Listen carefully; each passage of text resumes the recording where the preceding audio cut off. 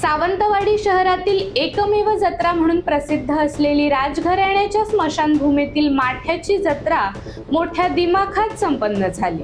राजेसाहेब खेमसावंत तिसरे यांच्या माठ्यात सकाळपासून धार्मिक विधी पार पडले। दुपारपासून दर्शन सुरू करण्यात आले। केळी नारळ ठेवून सावंतवाडीकर राजश्रींच्या माठ्यासमोर नतमस्तक झाले। कोकणात इतर जत्रा या रात्रीच्या भरतात, मात्र ही जत्रा सकाळी भरते। रात्री या जत्रोत्सवाची सांगता होते। शहरासह आजूबाजूच्या गावातील लोकांनी या जत्रोत्सवास आवर्जून उपस्थिती लावली होती।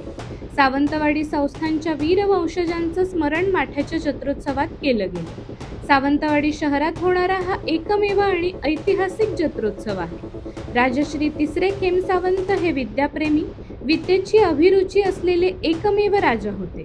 दानशूर राजा म्हणून त्यांची ख्याती होती। जत्रोत्सवास खाज्यासह खेळणी, खाद्यपदार्थ, हॉटेलसह दुकाने थाटली होती। नागरिकांच्या गर्दीनं माठेवाडा परिसर फुलून गेला होता।